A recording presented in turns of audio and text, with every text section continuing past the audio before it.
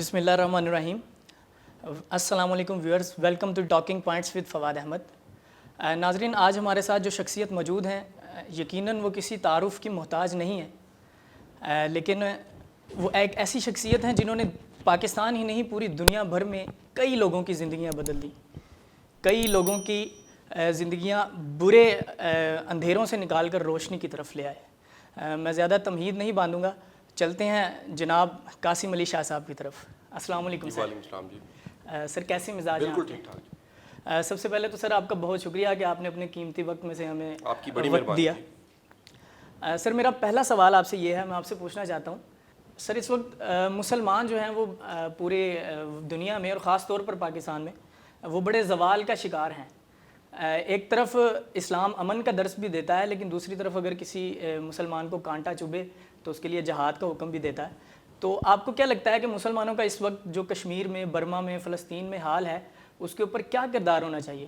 میرا خیال ہے اتحاد ہونا چاہیے. سب کچھ ہے اور اتحاد نہیں ہے.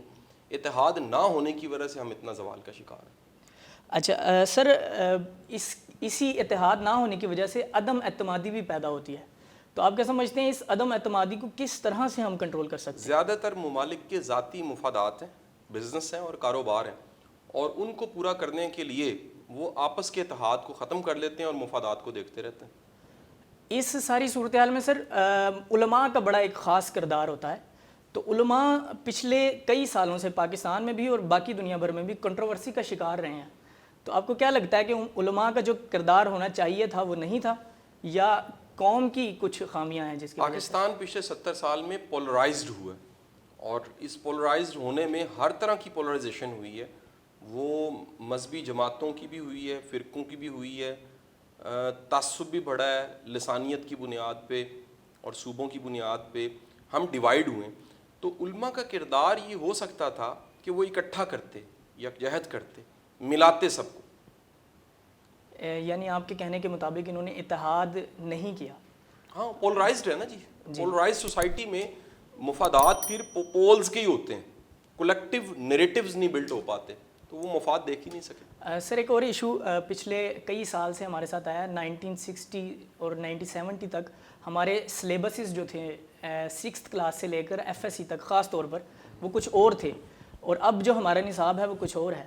مثال کے طور پر پہلے غوری صاحب کے بارے میں پڑھایا جاتا تھا, علم الدین شہید کے بارے میں پڑھایا جاتا تھا. اب ان کرداروں کو سلیبس سے نکال دیا گیا. آپ کو لگتا ہے کہ اس کا اثر اگلی آنے والی نسل پر بھی پڑے گا؟ دیکھیے, آپ کا ایک نصاب ہونا چاہیے تھا لیکن نہیں ہو پایا.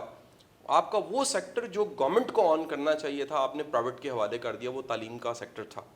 تو جب بھی آپ ایک ذمہ داری کو اسٹیٹ قبول نہیں کرتی, اسپیس بنتی ہے, تو پھر دوسری تمام کی تمام فورسز اپنی جگہ بنا لیتی ہیں. آپ یہ بھی دیکھیے کہ یہ سب چیزیں جو آپ کہہ رہے ہیں, شاید اس سے کئی گنا زیادہ ضرورت اقبال کی فکر کی تھی, ایک ماڈرن تحقیق کرنے والی ایجوکیشن کی تھی, کردار سازی والے نصاب کی تھی. یہ سب چیزیں ہم نصاب میں شامل نہیں کروا پائے.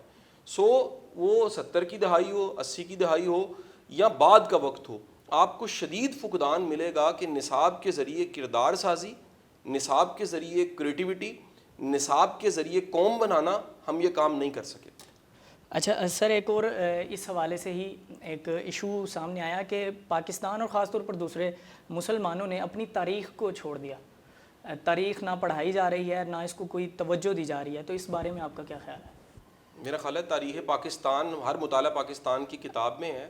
نہیں, اسلام کی تاریخ, اسلام کی تاریخ, آپ کا MBBS کی ڈگری, آپ کی انجینئرنگ کی ڈگری, BA کی ڈگری اسلامیات کے بغیر نہیں ہوتی, اور اس میں تاریخ اسلام پڑھائی جاتی ہے. دیکھیے, آپ تاریخ اسلام کے کتنے ادوار ہیں, جس نے کوئی MA اسلامیات کیا وہ تو سارا پڑھ لے گا, لیکن جتنی کو تاریخ اسلام پتہ ہونی چاہیے وہ سرکار دو عالم صلی اللہ علیہ وآلہ وسلم کا دور ہے, یا صحابہ کا, یا خلفائے راشدین کا دور ہے. میرا خیال ہے بچہ اس کو جانتا ہے. مطلب آپ کے خیال میں جتنا پڑھایا جاتا ہے اتنا کافی ہے؟ اتنا ایک عام بندے کے لیے کافی ہے. کسی نے عالم دین بننا ہے یا کسی نے تحقیق کرنی ہے تو اسے مزید پڑھ لینا چاہیے. سر ایک موٹیویشنل سپیکر ہمیشہ تصوف کے ساتھ بڑا اٹیچ رہتا ہے, اس کی کوئی خاص وجہ ہے؟ کوئی موٹیویشن سپیکر تصوف کے ساتھ اٹیچ نہیں ہوتا. یہ بائی چوائس ہوتی ہے کہ آپ نے کس فلسفے کو کس چیز کے ساتھ جوڑا ہے. ٹھیک ہے جی, جہاں بھی خود شناسی کی بات آئے گی, اگر وہ صوفیزم میں موجود ہے وہاں سے لے لیا جائے گا. جہاں پر بھی بات آئے گی پروگرس کی وہ سیلف ہیلپ کی کتابوں میں ہے تو آپ اس کے ساتھ جوڑ دیں گے.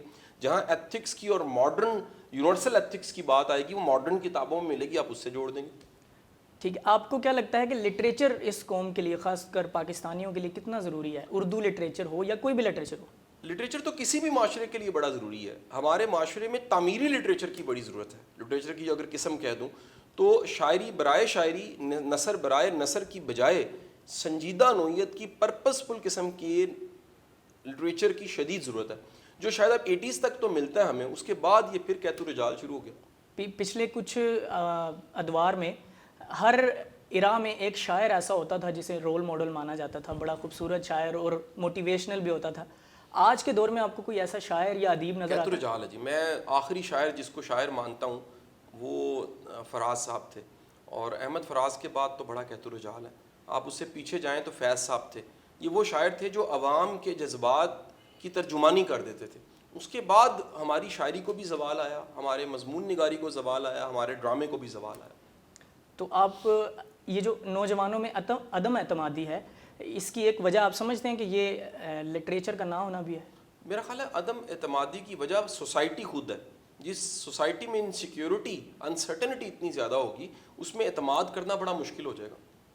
سر, آپ تصوف کے ساتھ اٹیچ ہیں, تو تصوف لٹریچر اور موٹیویشن کے بارے میں کیا کہتا ہے؟ میرا خیال ہے تصوف کی میری جو ٹرم ہے اس کا مطلب ہے آپ کا خالص اللہ کے ساتھ تعلق. میری تو ڈیفینیشن یہ ہے. نہ میں کلچرل تصوف کو مانتا ہوں, نہ ڈھول ڈھمال کو مانتا ہوں, نہ وہ تمام خرافات کو مانتا ہوں جو تصوف کے ساتھ انڈین کلچر کی وجہ سے جڑی ہیں. ناظرین, ہمارے ساتھ موجود تھے جناب قاسم علی شاہ صاحب. آپ نے ان کے ویوز سنے. اگر آپ اس بارے میں کچھ بھی فیڈ بیک دینا چاہتے ہوں تو آپ کمنٹ باکس میں دے سکتے ہیں.